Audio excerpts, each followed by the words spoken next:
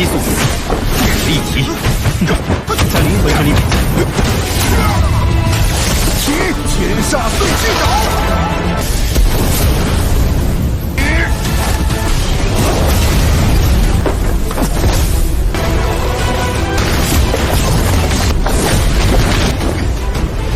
也许回不去的都是你的心。先行一步，是，小姐。我带你们去一个清静的地方。好，实在是了不起呀！小子见过林老。明天便是古族成人礼。Halo kalian semua, selamat datang di channel Donghua Master. Bagaimana kabar kalian semua? Mimin harap kalian semua baik-baik saja. Dan pada video kali ini kita akan melanjutkan alur cerita dari serial Donghua Battle Through the Heaven episode ke-149.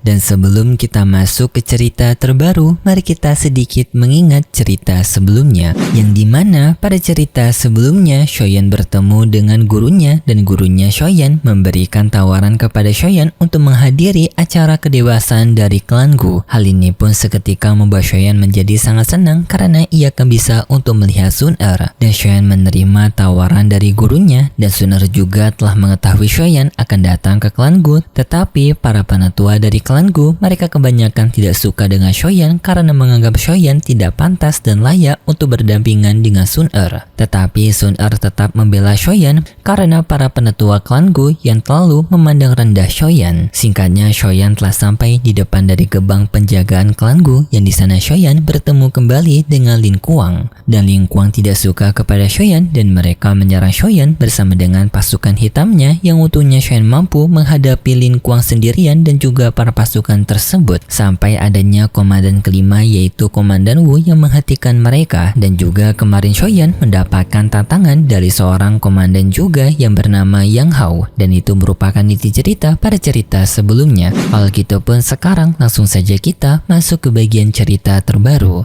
Cerita ini berlanjut dengan diperlihatkan Yan Hao yang menantang Shoyan untuk melakukan pertarungan duel di tengah lapangan. Yang seketika mendengar tantangan tersebut membuat orang-orang yang berada di sekitar arena pertarungan kaget melihat ke arah Shoyan karena ternyata Shoyan berada di arena ini, dan juga mereka telah mendengar kabar kehebatan Shoyan telah memenangkan kompetisi alkemis, dan tak disangka orang itu masih sangat muda. Yixian yang mendengar tantangan dari Yang Hao menyadari kalau Yang Hao sengaja untuk melakukan pertarungan di tengah lapangan agar untuk memojokkan Shoyan agar Shoyan tidak memiliki alasan untuk menolak tantangan dari Yang Hao. Tetapi Shoyan juga merespon bahwasanya ia juga bosan diganggu oleh para anggota pasukan hitam ini. Shoyan ingin menunjukkan kepada mereka mengenai kekuatannya agar dirinya lebih sedikit dihormati. Setelah itu pun Shoyan memasuki arena pertarungan yang membuat Yang Hao merasa puas.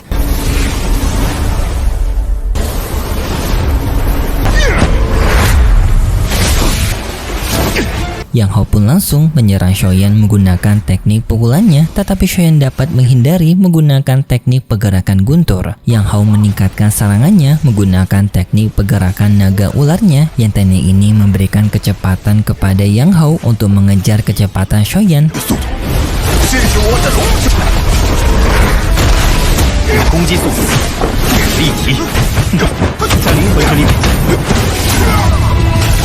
Tetapi pergerakan gunturnya Shoyan masih jauh lebih cepat, membuat Yang Hao tidak bisa melukai Shoyan. Yang Hao menggunakan teknik dari jari silumannya, tetapi Shoyan mampu juga menghindari serangan tersebut.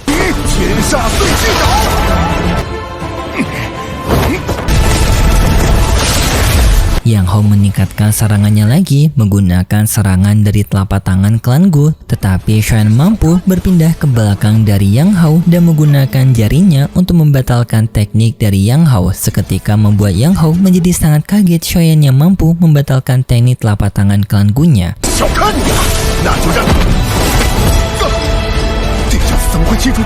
Tetapi Yang Hao dengan segera berpindah tempat dan kembali lagi mencoba untuk melepaskan teknik telapak tangan klan Gu, dan akhirnya di sini Shoyan melepaskan serangannya untuk menyerang Yang Hao menggunakan teknik barunya Shoyan.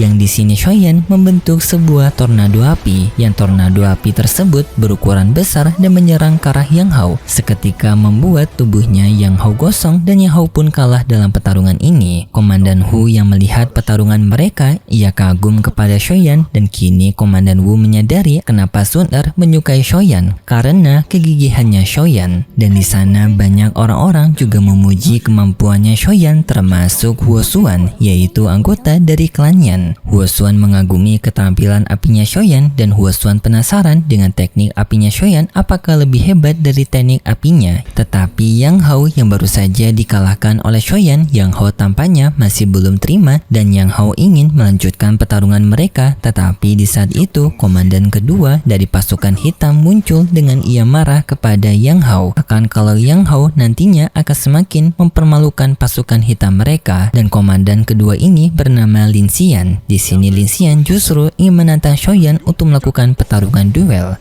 有敢与我一战？对付你，不可胡闹！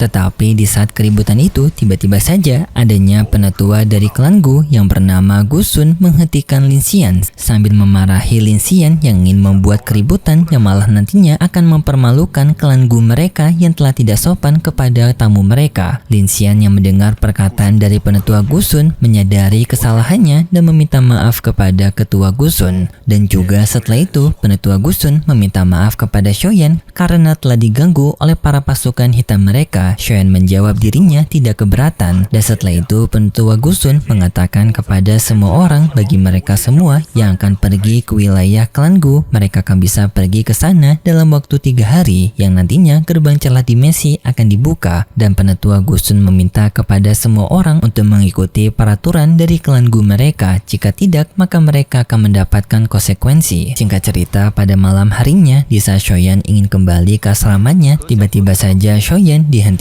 oleh sosok orang baru yang memakai jubah hitam dan Shoyan menyadari kalau mereka ini berasal dari aula jiwa. 是魂族，别紧张，落魄成什么模样？抓住！ Shoyan bersama dengan lainnya langsung bersiap untuk bertempur. Tetapi pria berpakaian hitam itu menenangkan kepada Shoyan bahwasanya mereka tidak berniat untuk menangkap Shoyan, tetapi ingin memberikan peringatan kepada Shoyan. Pria berbaju hitam itu memperkenalkan dirinya sebagai Huyan. Dan Huyan memberikan ancaman kepada Shoyan bahwasanya di antara mereka memiliki sejarah keluarga yang dimana leluhur dari klan Hunya Huyan merupakan orang yang telah membereskan Xiao Xuan, yang telah membuat keluarga Xiao berada di kondisi terpuruk seperti sekarang. Dan Huyan di sini ingin melanjutkan tugas dari leluhurnya untuk membereskan keluarga Xiao yang tersisa, yang kali ini merupakan Shoyan, yang artinya Huyan ingin menghabisi Shoyan. Setelah itu pun Huyan pergi dari sana. Singkat cerita, kita pun berpindah dengan tanpa Shoyan yang telah memulai perjalanan untuk menuju ke wilayah dari klan Gu, yang mereka menggunakan kapal luar angkasa. Dan di sana Shoyan bertemu dengan anggota dari klannya, yaitu di sana adanya Huo Zi dan juga Huo Xuan. Di sana mereka memperkenalkan kepada Shoyan mengenai sebuah wilayah yang disebut sebagai makam peri, yaitu sebuah tempat pemakaman bagi orang-orang kuat pada era kuno, yang termasuk Xiao Xuan, leluhurnya Shoyan berada di makam tersebut. Dan di makam itu juga terdapat kekuatan warisan dari 8 klan kuno, dan bagi mereka yang memiliki garis keturunan dari 8 klan kuno, maka mereka diperbolehkan untuk masuk ke dalam makam itu. Dan artinya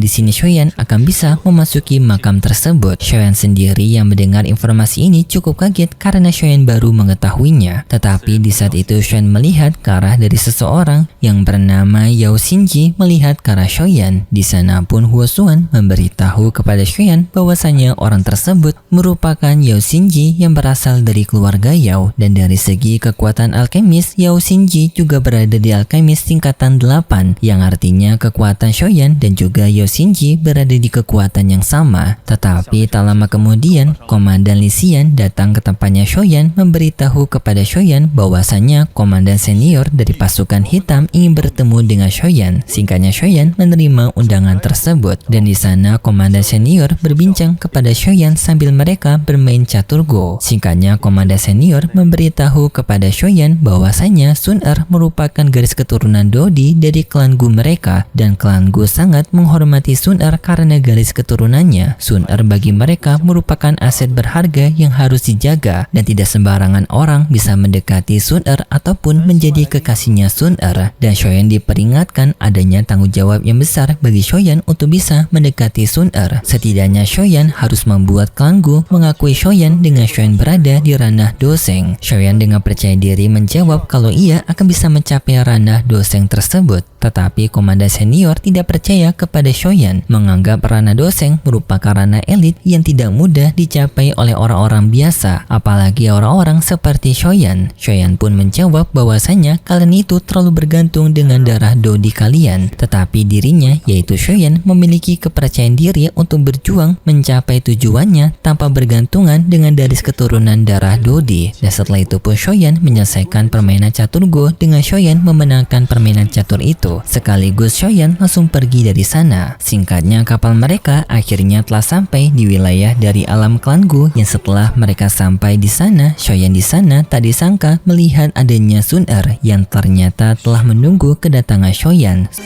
熏儿，也许会把全的都是你的。 Sun Er pun dengan segera datang mendekati Shoyan, yang di sini pun Shoyan bersama dengan Sun Er, mereka berdua melepaskan rindu yang telah lama mereka simpan. Dan juga setelah itu Sun Er meminta izin kepada para penetua klan Gu untuk pergi duluan bersama dengan Shoyan dan juga rombongannya. Penetua klan Gu menyetujui permintaan Sun Er, tetapi tampaknya para penetua klan Gu ini mereka masih tidak suka kepada Shoyan. Tetapi di tengah perjalanan mereka tiba-tiba saja adanya serangan dari penetua klan Gu. 让我好欺负不成？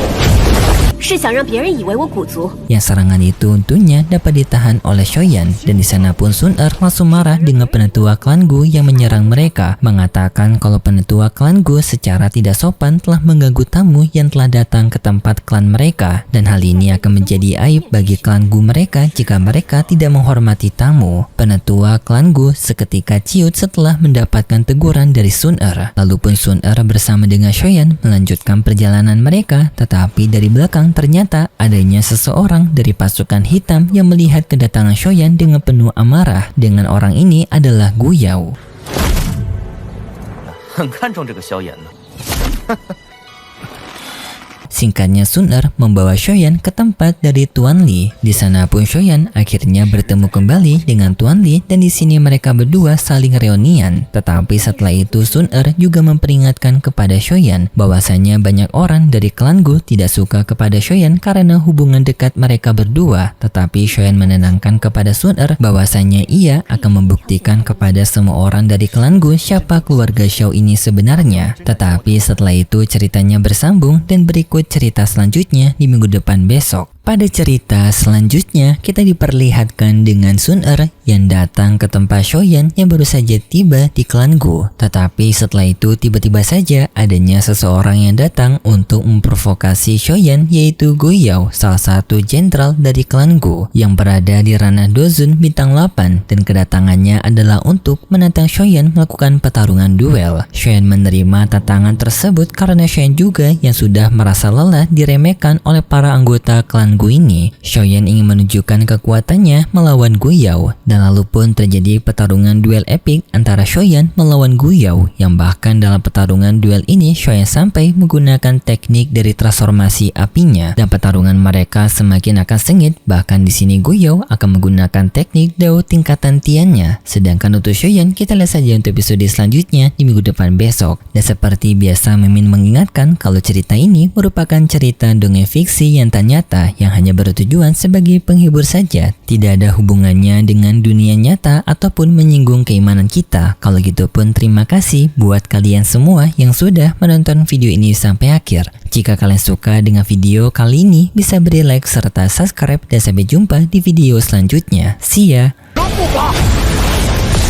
速度，这是我的龙。攻击速度也是一级，在灵魂之力面前，天煞碎巨爪。